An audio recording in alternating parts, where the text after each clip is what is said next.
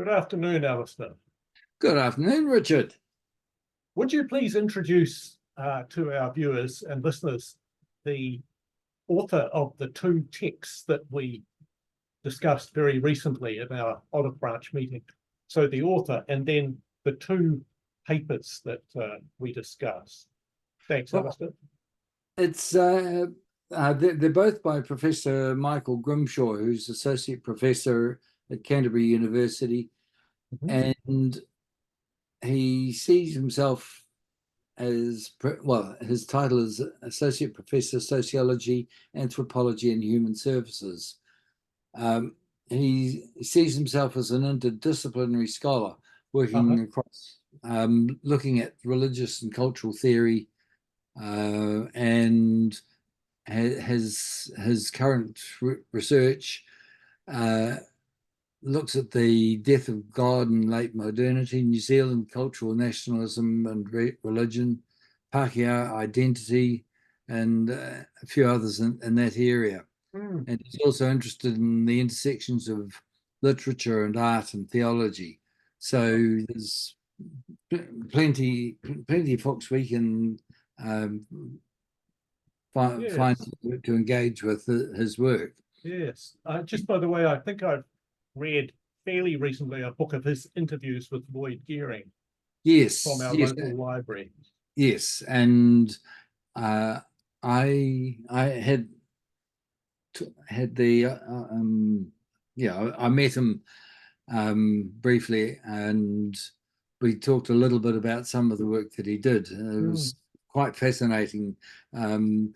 Comes at it from a different perspective to Jim Veitch's work on Lloyd, but so that's that. Well, thank you. Both the texts or articles that had been posted on Plainsite had intriguing titles, and you brought them to us. So would you please introduce each one briefly? Thanks. Right. The first one that I got introduced to is actually the second one of two. It was called Making Sense of the Treaty, the New Civil Religion of Aotearoa, New Zealand, ? And that came out in February. After reading it, I then went on and found the Plainsite website and found that a fortnight before, he had posted a piece called Societies Have Always Been Divided. It's the degree of division that counts. And in some ways, that second one that I've cited leads us into making sense of the treaty. So in his thesis in Societies Have Always Been Divided, he draws on an article by Anne Salmon and her explorations in Bosnia and how that society got so divided that it went to war. And together they trace through the elements that Michael draws from that and adds his own insights, coming to the point where an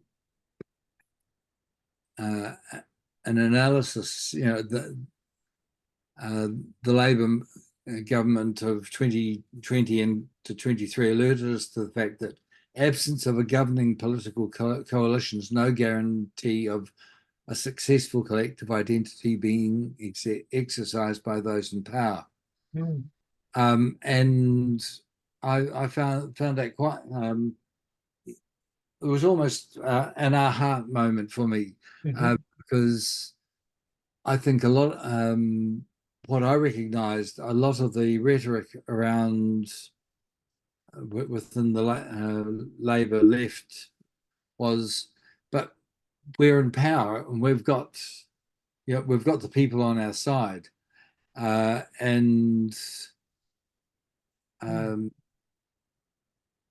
Michael comes down to on the side of saying, actually, National is the one that plays the part of the hegemony in New Zealand, and that their role is one of pragmatism, of polling, of compromise, and then Labour comes in and does the changes, and then National repeats its act again.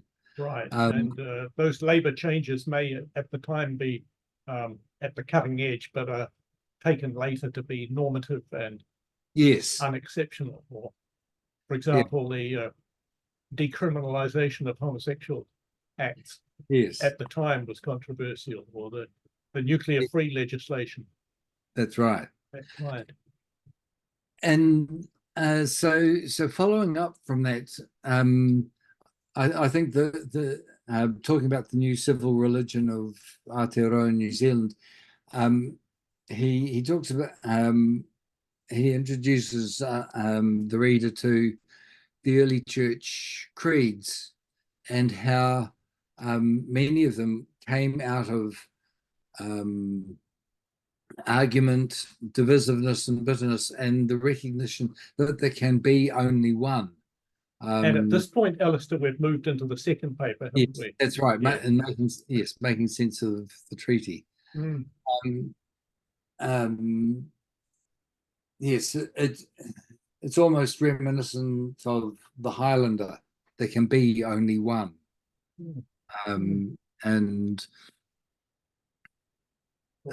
if you remember that dark sort of sci-fi film.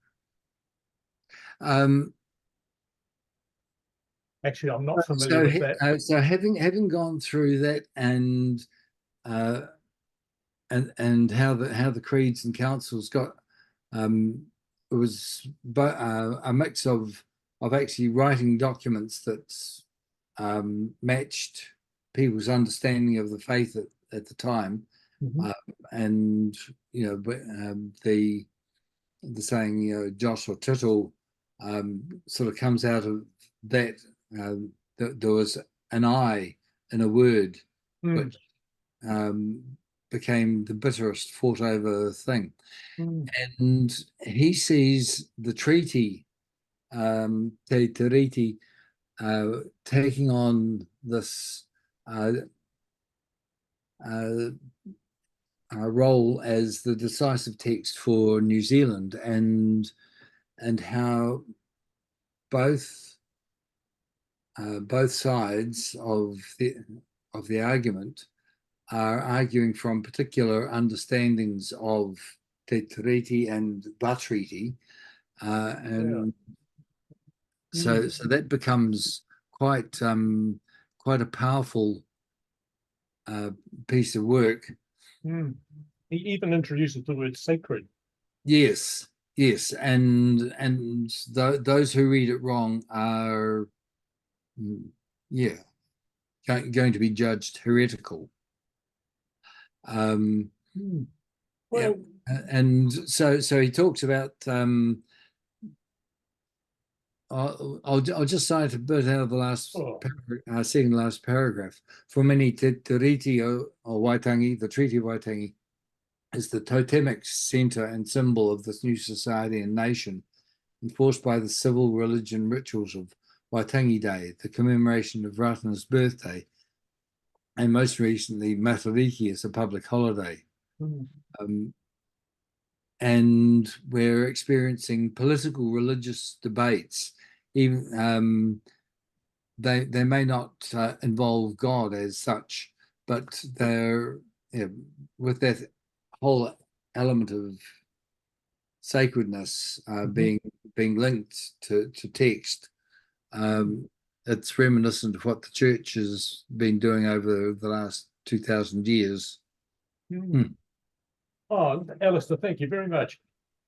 We'll post those papers and this interview, and I'll also post the paper from Anne Salmond, to which Michael Grimshaw refers. Thank you very much, Alistair. That's okay.